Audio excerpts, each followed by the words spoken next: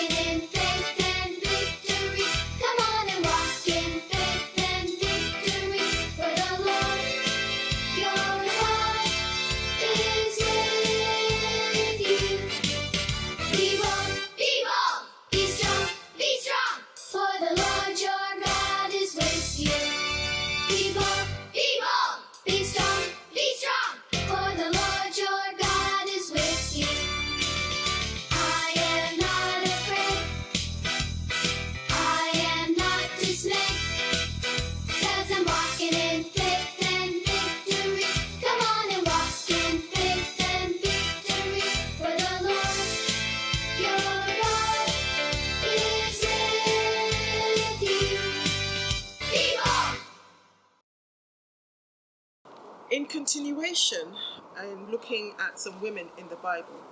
Today, we're going to talk about a lady called Ruth.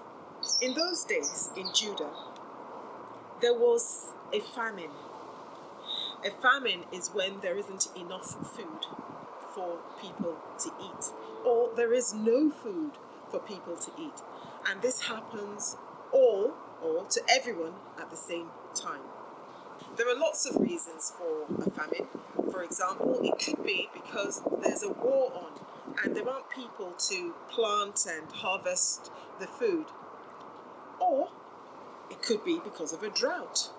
A drought is when there hasn't been any rain for a long time and the plants get thirsty and die. Back to the story.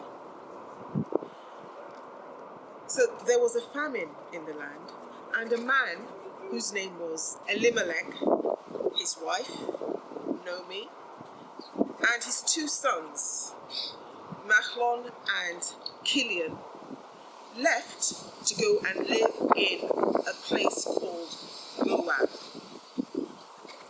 In Moab, the people were different. They did things differently, and they had a different God from the one that the children of Israel worshipped. Unfortunately, Naomi's husband died, so she became a widow. Her sons then got married. One of the sons' wife's name was Orpah, and the second son's wife's name was Ruth. Again, unfortunately, Naomi's 2 sons died too.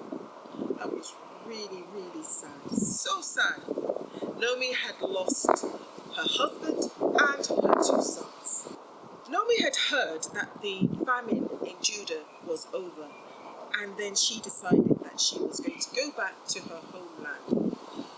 Her daughter-in-laws were with her. They continued to live with her. But at this point, she's just told her daughter-in-laws that, look, you need to go back home to your parents' house so that you'll be able to get married.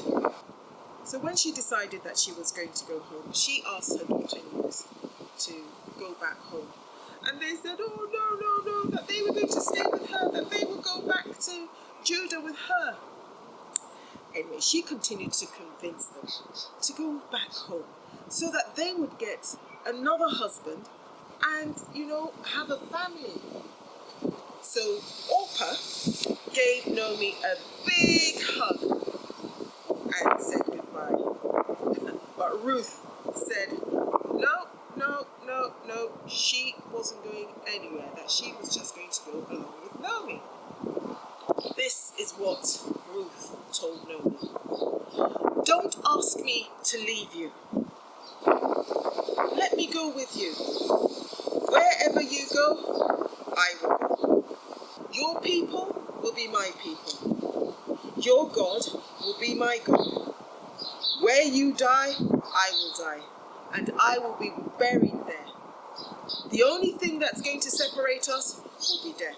So when Naomi saw that Ruth wasn't having any of it, that she wasn't going anywhere, but going to Judah with her, she stopped trying to convince her to go back to her mother's house. Someone who loses their husband is called a widow. So both Naomi and Ruth were widows. And the thing is that widows tend to find it quite hard to live and to get things done. But it was nice that Ruth decided to go back with Naomi, because Naomi wasn't very young. It would have been harder for Naomi if Ruth wasn't there. And moreover, she had Ruth for company. Ruth was very, very, very, very kind to Naomi, and she took care of her, and people saw how kind Ruth was. One day, during the grain harvest, Ruth told Naomi that she would like to go out and harvest grain with, other people. One of the rules about harvesting in those days in Judah was that when grain was harvested, and let's say you missed a bunch of maybe wheat or barley, you're not allowed to go back and pick that. That one that was missed will be for people who really didn't have any farms or couldn't afford to buy their own grain. And that's what happened. So Naomi went to a field and joined the harvesters and was able to harvest some grain. Then the owner of the field came to visit his workers, and he noticed Ruth and asked, "Who is this lady?" And they said, "Oh, that's Naomi's daughter-in-law." And he had heard about her because people were saying that Naomi's daughter-in-law was so kind. And then he went up to her and said to her, "Don't go to any other field to harvest grain. Just stay in this field and you can harvest as much as you want." And you know what? Boaz, he was a very rich and influential man. Everybody knew him and everybody respected him. And he was a relative of both Naomi and Elimelech. Now, I'll tell you the rest of the story about both Ruth and Boaz next time. So Ruth was brave, leaving her home to go to a place she never knew with Naomi. And she was kind. And that's what people knew her for. And that's the end of the story.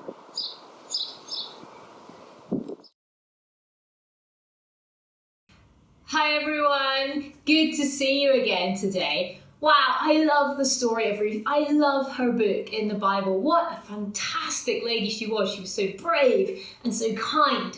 And so today we have a really simple craft to celebrate heroes like Ruth. Last week was quite complicated, wasn't it, with our tambourine? But this week we're going to make these. Do you know what these are? Yeah, they're medals. Not the kind of medal that you would get for running a race, but the kind of medal that a hero might get in the army for being so brave or being doing something fantastic. The Queen might present them with a medal like this. So to make one of these, they are really simple. First of all, you need a lid. So I've got a milk bottle lid here. This one was a lid from a jar of pesto. This one came off some apple juice. Then you need some tin foil. And we're going to cover our lid in at least 2 layers of foil. So put the top of the lid facing the foil, so the flat side is down, and scrumple the rest of the foil around. The reason that you need to have at least 2 layers on this front side is because we're then going to scratch in a design.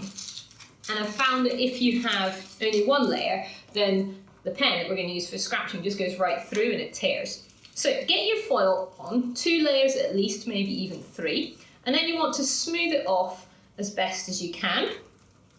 And each lid has its own different shapes, and that's quite fun. So this lid is kind of ridged around the edge. That just makes the medal look more interesting. And then take your finger and just rub it over the front, and that really smooths it off and makes it shiny. Once you've got it nicely wrapped up, then you want to take one of these, a biro. So if you use a pencil to scratch in your design, the point can be too sharp and it's more likely to tear, but this has a rounded point, so it's ideal. And it's just like drawing, except the ink won't really come out onto the foil, so it will just scratch a design. So on this one, I'm going to write the words, "Well done," on this medal. Scratch them in a bit deeper. You can go over the line a few times, so long as you've got a couple of layers of foil. You can put a bit of pressure on, and in fact, the more layers you have, the more kind of 3D you can make this. So there we are. I've scratched the words "Well done," and now I'll put in a little border around the edge to make it look a bit fancier. Now you could make these for somebody you know. We know a lot of people these days, don't we, who, like Ruth, have been so brave they've travelled to a whole new country and had to start a whole new life. Maybe there are some children in your school who've come from Ukraine or Afghanistan or another place where they've had to come and start a whole new life. They could deserve a medal. Or maybe you'd like to make one for yourself, because do you know what? With God, you can be a hero too, and you deserve a medal. So there we are. Once you've got your design ready, then you need to take some ribbon, if you have any. If you haven't got ribbon, a strip of coloured paper would be totally fine. And you're going to stick the ribbon on and make sure that you get it stuck in the right place, so it's coming out the very top middle of your design, so that the medal doesn't hang at a wonky angle. And just take some sellotape and stick it over the back. Get it all stuck down. Now, if you want to make one of these kind of typical hero medals, they just have a very short bit of ribbon, and we'll use a safety pin to attach them like this. But if you want to, you could always make it more like an athletics medal with a ribbon going around the neck. But for my one, I'm just going to cut this off short.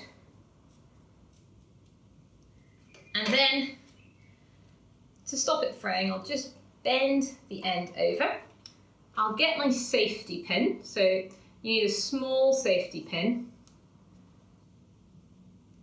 And there it is, ready to give to a hero who, like Ruth, has been brave and kind. Or you can make yourself a whole string of them and pin them on yourself. There we go. So I think this is quite a fun craft, and it's so quick to do. Next week, we'll be back with another craft about Ruth, and I can't wait to see you then. In the meantime, have a fantastic week, and if you're going to make it along to one of our communities, it will be brilliant to see you there. Okay, bye for now. Naomi had lots of horrible things happen to her. She had to move away from most people she knew, and also everything she knew. She went with her husband and her 2 sons because of a famine. In the new place she moved to, Moab, that's the name, she sadly lost her husband and her 2 sons. The sons did get married before they died. and one of the daughter-in-laws of Naomi went back home to Judea with her. Her name was Ruth. Now, it was Ruth's turn to move away from everything she knew and everyone she knew, to go to Judea to live with Naomi. I think she was brave to do that. Yes, she was not just brave, she was also kind. She looked after Naomi, who was also a widow but wasn't very young. Everyone knew about Ruth because she was so kind, even though she came from another place. That's it for this week. Till next time. Bye!